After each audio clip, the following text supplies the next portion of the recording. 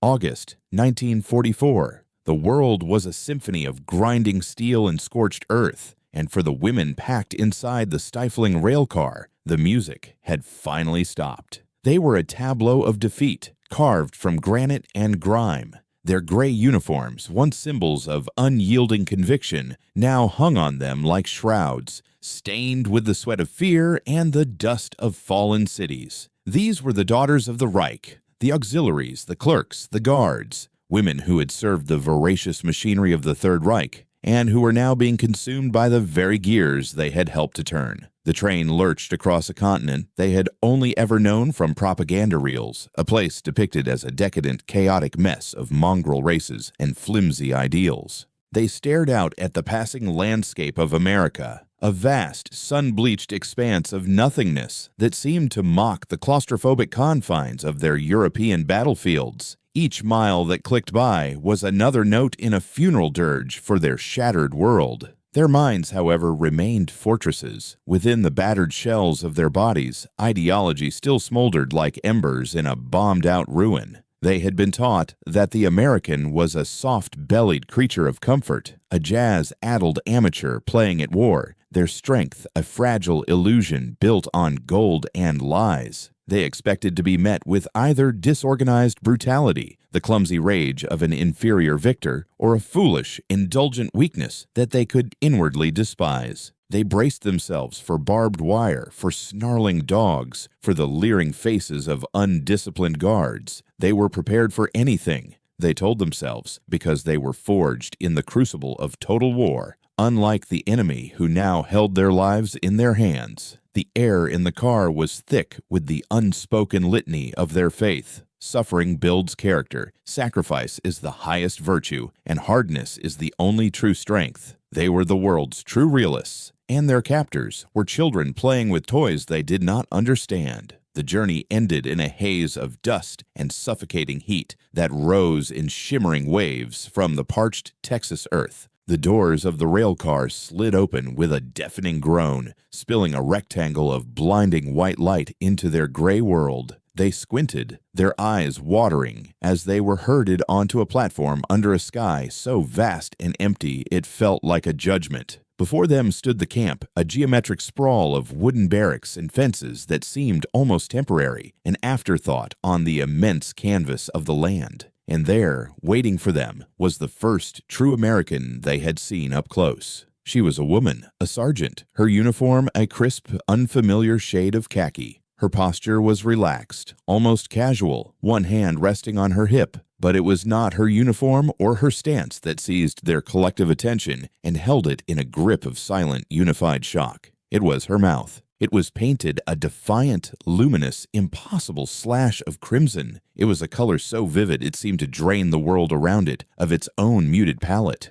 A red so pure and confident it felt like a physical blow. The German women stared, their minds, honed for years to process threats and assess weaknesses, struggling to categorize this frivolity. This was not the face of a warrior. It was the face of a movie poster, a magazine advertisement, a woman going to a dance. The immediate, unspoken consensus that rippled through the group was one of contempt. It was a sign of profound unseriousness, a pathetic attempt to cling to femininity in a world of harsh realities. They saw it as weakness incarnate, a confirmation of everything they had been taught. This nation of children sent women to war with painted faces. The thought was almost laughable, a bitter private joke that affirmed their own grim superiority. They had sacrificed their vanities, their very womanhood, for the cause. The Americans, it seemed, had sacrificed nothing. If you find this story compelling, consider subscribing for more deep dives into forgotten histories. The initial encounter with the crimson-lipped sergeant was filed away as an anomaly, a fluke, perhaps the personal affectation of a particularly vain officer. They marched into the camp, their boots kicking up clouds of alien red dust, their hearts armored with cynicism. They were processed with a chilling bureaucratic efficiency that was itself unsettling. There was no shouting, no overt cruelty, just paperwork and brusque, impersonal commands delivered in a language that sounded like a caricature of forcefulness. But as the days bled into weeks, the anomaly began to replicate itself. The nurse in the camp infirmary, a woman with tired eyes and capable hands, wore a more subdued, but still distinctly present, shade of rose on her lips as she administered tetanus shots. The young corporal who delivered the mail, her face dusted with freckles, had a smile that was framed in cherry red. It was everywhere. It was on the guards who watched them from the towers, a distant glint of color. It was on the administrative staff in the main building, glimpsed through windows as they typed and filed reports. The German women, trained in observation and the meticulous study of their environment for any sign of weakness or advantage, began to see it not as a series of individual choices, but as a uniform. It was an unofficial part of the American female uniform, as ubiquitous as their khaki shirts and polished boots. One day, a stack of old magazines was left in their barracks. Life, the Saturday Evening Post. They fell upon them with a starved hunger for any glimpse of the outside world, any news from the front. But what they found inside was a second, more profound shock. Page after page featured advertisements with smiling, confident women selling everything from automobiles to Coca-Cola. And on the lips of every single one was a perfect, glossy, immaculate coat of red lipstick. The images were not of grim-faced heroines sacrificing for the war effort. They were of women living, laughing, thriving. The lipstick wasn't a brave affectation in a world of gray. It was the default, the norm, the unquestioned backdrop of American life. Even in the midst of a global war, the women in the barracks passed the magazines around in stunned silence. The sheer, overwhelming abundance was an assault. Here were pages and pages printed in full, vibrant color on thick, glossy paper dedicated to selling lipstick, Tangy, Max Factor, Revlon. The names were alien, exotic. They stared at the slogans, for the lips of a patriot, beauty is your duty. It was a philosophy so alien, so perverse to their own training, that it defied comprehension. In their world, duty was sweat, blood, and the suppression of self. Here, duty was apparently a tube of colored wax. The contempt they had initially felt began to curdle, mixed with a new, unsettling ingredient, bewilderment. This wasn't a weakness. It was something else entirely, something they had no words for. But how could a nation engaged in a two-front war, a conflict spanning the globe, dedicate so much energy, so many resources to something so utterly non-essential? If you want to support our channel and see more content like this, please hit the like button and share this video with a friend. This was the question that began to haunt the long, hot Texas nights in Barrack C. The initial derision had evaporated, leaving behind a residue of gnawing, obsessive curiosity. The red lipstick ceased to be a mere object and became a symbol, a riddle they were compelled to solve. Their own world had been stripped bare. For years, they had lived in a landscape of perpetual scarcity. They remembered the taste of ersatz coffee, brewed from acorns and roasted barley. They remembered the feel of clothes patched and repatched until the original fabric was a distant memory. They remembered the campaigns to collect scrap metal, fat hair, every last scrap of existence repurposed for the war machine. Their bodies, their time, their very thoughts had been resources for the state, to be conserved and expended with ruthless efficiency. Luxury was not just absent, it was condemned as a form of treason, a selfish indulgence in a time of collective sacrifice. Now, they were confronted with a reality that operated on a set of principles so fundamentally different it might as well have been from another planet. They watched the American guards at the end of their shifts. They would gather, chatting and laughing, and before leaving the camp, some would pull small, ornate metal tubes from their pockets or purses. With a practiced, casual gesture, they would touch up their lipstick in a small hand mirror. The gesture was nonchalant, mundane, and that was the most terrifying part. This ritual of beauty, this small act of individual expression, was not a secret rebellion or a precious, hoarded treasure. It was normal. It was an expectation. It required no justification. It simply was. The German women watched through the wire fence, their faces grim, their minds racing. The act was a quiet, devastating testament to a power they were only just beginning to comprehend. The cognitive dissonance was becoming a physical ache, a constant pressure behind their eyes. Everything they had been taught, everything they had believed about their enemy, was being systematically dismantled, not by force or propaganda, but by the casual, overwhelming evidence of a lipstick tube. They had been told the Americans were decadent, but this wasn't the decadent rot of a dying empire. It was the effortless, almost unconscious abundance of a civilization that operated on a scale they could not imagine. They had been told the Americans were individualistic to the point of weakness. But they saw a strange, paradoxical unity in the American women, a unity that did not require the erasure of the individual. These women could be soldiers and be women. They could be disciplined and wear bright colors. They were not cogs in a machine. They were individuals participating in a collective effort without having to sacrifice their identities to do so.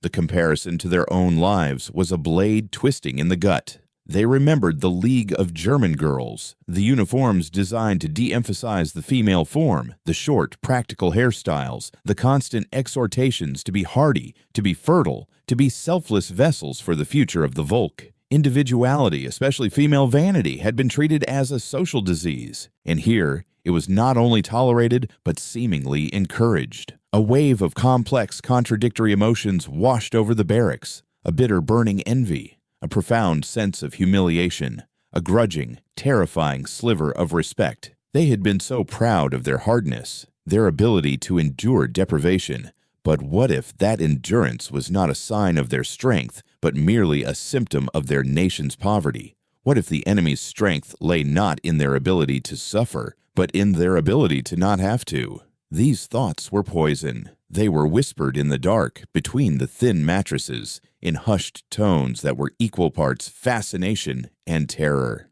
To even think such things was a betrayal of everything they had fought for, of the comrades who had died, of the families waiting in the rubble of their homeland. They tried to reinforce their ideological walls, to dismiss it all as a trick, a psychological ploy. They are trying to make us soft. One woman, a former SS Helferin with eyes as hard and gray as river stones, would hiss. They flaunt their luxuries to break our spirit.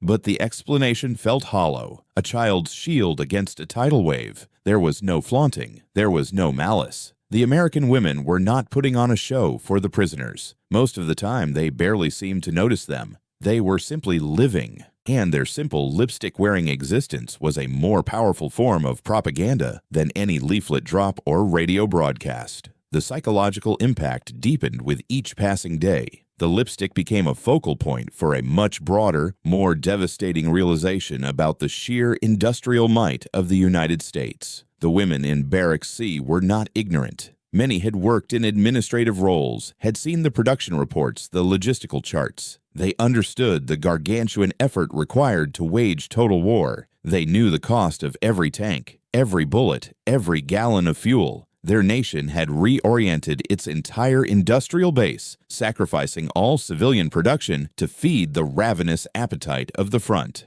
The German war economy was a marvel of brutal efficiency, wringing every last drop of productivity from a resource-starved continent. But it was a system running on the edge of collapse, a machine perpetually consuming itself. And here was the evidence that their enemy was not even straining. The lipstick was the tip of an iceberg of unimaginable consumer production. If America could afford to manufacture and ship millions of these useless decorative items in the middle of a war, what else were they capable of producing? The thought was staggering. It meant that while Germany was melting down church bells for copper, America was churning out lipstick tubes from brass. While German women were making soap from rendered fat, American factories were producing cosmetics on an industrial scale. It implied a reserve of power, a depth of resources that made Germany's entire war effort look like a desperate, frantic gamble. The red lipstick was no longer a symbol of feminine vanity. It was a symbol of an economic engine so powerful, so vast, that it could produce both guns and butter,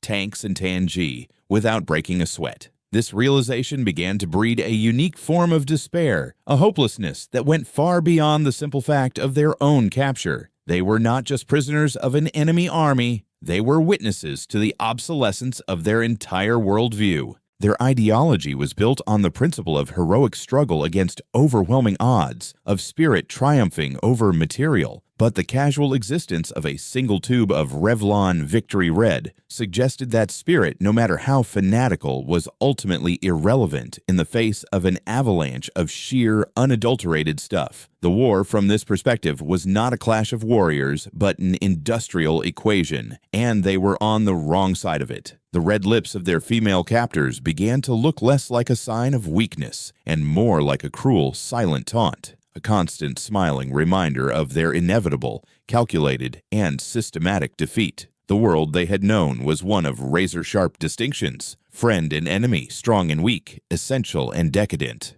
But the lipstick blurred those lines. It was a frivolous thing, yet it was a sign of immense power. It was a deeply personal adornment, yet it was mass-produced on a scale that dwarfed their own nation's output of essential goods. The contradiction was maddening, and it chipped away at the very foundations of their sanity. They had been raised to believe in a world of stark, brutal truths, but they were now imprisoned in a place that ran on paradoxes. Join our community of history enthusiasts by clicking the notification bell so you never miss an upload. The environment of the camp itself amplified this sense of dislocation. The Texas sun was relentless, baking the ground into a cracked red plate. The sky was an endless, featureless blue. It was a landscape without subtlety, without the ancient, layered history of their European homeland. To the German women, it felt primitive, raw, and terrifyingly empty. Their own culture was one of forests and mountains, of old cities and winding rivers, a landscape that was as much a part of their identity as their language. Here, they felt unmoored, adrift in a sea of space.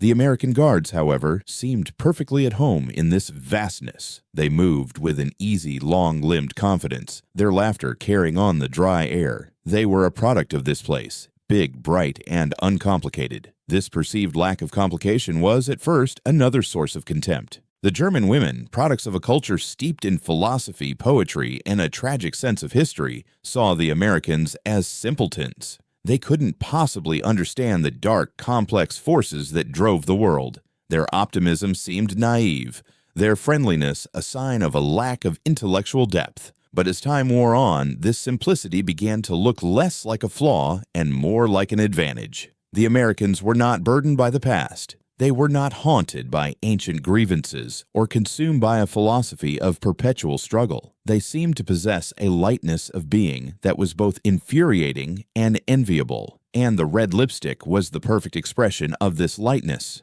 It was a splash of unapologetic, untheorized joy in a world the Germans had been taught to see only as a battleground. A subtle shift began to occur in the barracks. The women started to observe their captors not as enemies, but as a strange new species. They studied the way the American women walked, the way they talked, the way they interacted with each other. They noted the easy camaraderie, the lack of a rigid formal hierarchy in their off-duty moments. They were disciplined soldiers, yes, but they were also relaxed. They were not perpetually coiled springs of tension and ideological fervor. This, too, was a shock. The German women had been taught that constant vigilance, constant tension, was the mark of a true soldier, a true believer. To relax was to become weak, to open oneself to attack. But the Americans seemed to draw strength from their relaxation. Their efficiency on duty was made possible by their ability to be fully at ease off-duty. And always, there was the lipstick.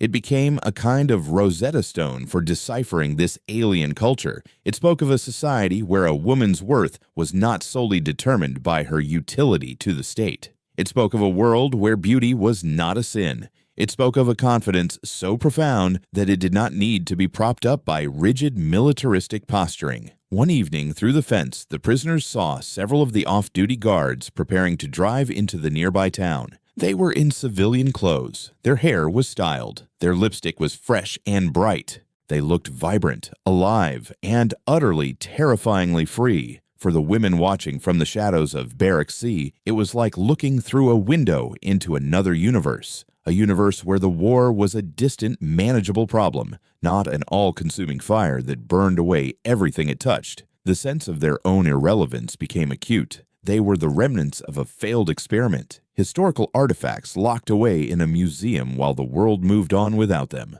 The war would be won or lost thousands of miles away, and its outcome had already been decided, not on the battlefields of Normandy or the Eastern Front, but in the factories of Detroit and the chemical plants of New Jersey that could produce this endless river of crimson wax. Their own sacrifices, their fanatical devotion, their willingness to endure anything and everything, it all amounted to nothing. They had bet everything on the power of the human will, and they had lost to a nation that had mastered the power of the assembly line. The psychological toll was immense. Some women retreated into a silent, stony denial, refusing to engage with the reality before them, clinging to the wreckage of their ideology like a drowning sailor to a piece of driftwood. Others fell into a deep, listless depression, the will to resist draining out of them, replaced by a hollow emptiness. A few, the most pragmatic, began a process of quiet, reluctant adaptation. They started to study the English phrases the guards used.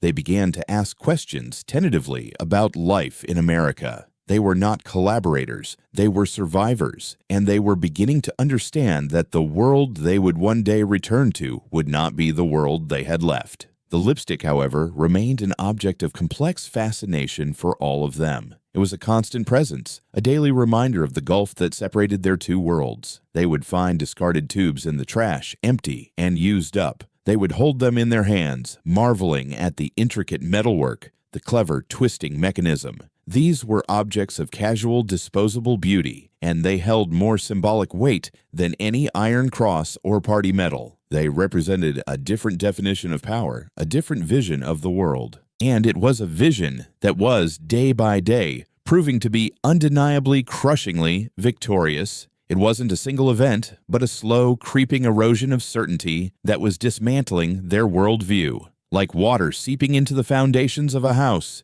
the evidence of American abundance and a different way of life was weakening the structure of their beliefs until the whole edifice threatened to collapse. The red lipstick was the most visible sign, but it was part of a larger pattern. It was in the food they were given, plain but plentiful. It was in the quality of the blankets on their cots, the soap in the washrooms. These were not luxuries, but they were of a consistent, mass-produced quality that spoke of a system that worked, a system that provided. But the real turning point, the moment that forever crystallized the symbolic power of the lipstick, came not from the Americans, but from an outside agency. In the early winter of 1945, as the final death throes of the Reich echoed across the ocean, the International Red Cross was permitted to distribute comfort packages to the prisoners. The arrival of the cardboard boxes was a major event, a break in the soul-crushing monotony of camp life. The women gathered in the barracks as the packages were handed out, their hands trembling slightly as they opened them. Inside were items of unimaginable luxury, a bar of Swiss chocolate, a small tin of instant coffee, a pair of warm woolen socks, a sewing kit with real thread. For a few moments, there was a collective sigh of pure, unadulterated pleasure.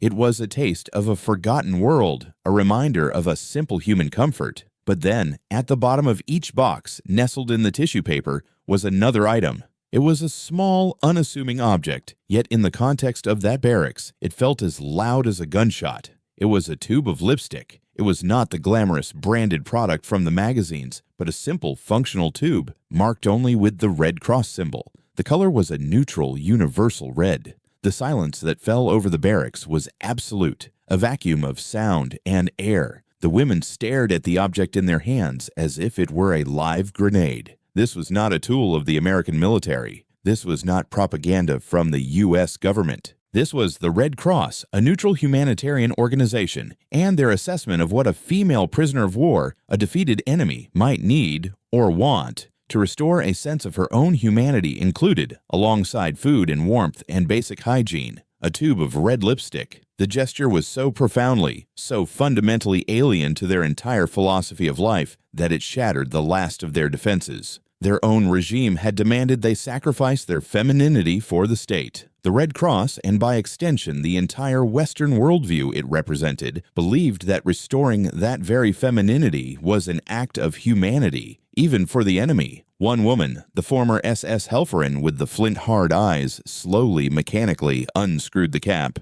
The room was so quiet they could hear the faint click as the mechanism engaged. She twisted the base and the column of red wax emerged. She stared at it for a long, silent moment. Her face, a mask of rigid control for months, began to crumble. Her lips trembled. A single hot tear traced a clean path through the grime on her cheek and fell onto the cardboard box. She was not crying from sadness or from joy. She was crying from the sheer, overwhelming force of a revelation that was tearing her world apart. It was the understanding that their entire ideology, their entire way of life, was not just wrong, but irrelevant. It was a footnote in a history being written by people who understood a deeper, more powerful truth: that a civilization's strength is not measured by what it demands its people sacrifice, but by what it can afford to give away, even to its bitterest foes. The lipstick was no longer a symbol of industrial might or economic abundance. It had become something far more potent. It was a symbol of a different kind of power, the power of humanism. It was a declaration that the individual mattered, that dignity mattered, that a small, useless spark of beauty had a place even in the darkest of circumstances. It was an idea so powerful, so revolutionary to the women in that barracks, that it amounted to a total and unconditional surrender of the soul. They had lost the war, not when their armies were broken or their cities were turned to rubble, but in this quiet, dusty room, when they were confronted with an act of kindness so casual and so profound, it exposed the utter bankruptcy of their own beliefs. They had been fighting for a world of steel and blood, and they had been defeated by a world that believed in the power of a simple tube of red lipstick. The rest of their time in the camp passed in a daze. The fight had gone out of them, replaced by a quiet, contemplative exhaustion. The war in Europe ended. The horrifying truth of the concentration camps was revealed, adding another layer of incomprehensible shame and disillusionment. The German women were no longer just defeated soldiers. They were the servants of a monstrous evil. The world they had believed in was not just a failure. It was a crime against humanity. The red lipstick, in retrospect, seemed like the first clue, the first small crack in the facade that had led to this final, horrifying abyss. It had represented a world that valued the individual, and their regime had been built on the systematic annihilation of the individual. When they were finally repatriated, they returned to a country that was a ghost of its former self. Their homes were gone, their families scattered or dead. They walked through the ruins of their cities, gray-faced women in a gray, colorless world. They were ghosts themselves, haunted by what they had done and what they had seen. They were haunted by the knowledge of their nation's crimes, and they were haunted by the memory of a dusty camp in Texas and the impossible, vibrant red of their captors' lips. The experience had marked them, changed them in a way that no battlefield could have. It had been a psychological and ideological demolition. Years passed, decades. Germany was rebuilt, split in two, and then, miraculously, made whole again. The women of Barrack C grew old. They became mothers and grandmothers. They lived quiet lives, their pasts a heavy secret they rarely spoke of. But the memory never faded. For the rest of her life, the former SS Helferin, now a stooped old woman with grandchildren who knew nothing of her past, could not look at a woman applying lipstick without feeling a faint echo of that profound, world-shattering shock. She would see a young girl laughing and painting her lips in a mirror, and she would be transported back to that moment in the barracks. She would remember the silence, the tear, the quiet click of the tube, and she would understand, with a clarity that had never dimmed over the decades, the true nature of the defeat. It wasn't about tanks or planes. It wasn't about strategy or tactics. It was a fundamental collision of two opposing ideas of what it meant to be human. One idea was that humanity was a resource to be molded, controlled, and sacrificed for a grand, abstract ideal. The other was that humanity was something to be respected, adorned, and valued for its own sake, in all its frivolous, beautiful, and inefficient glory.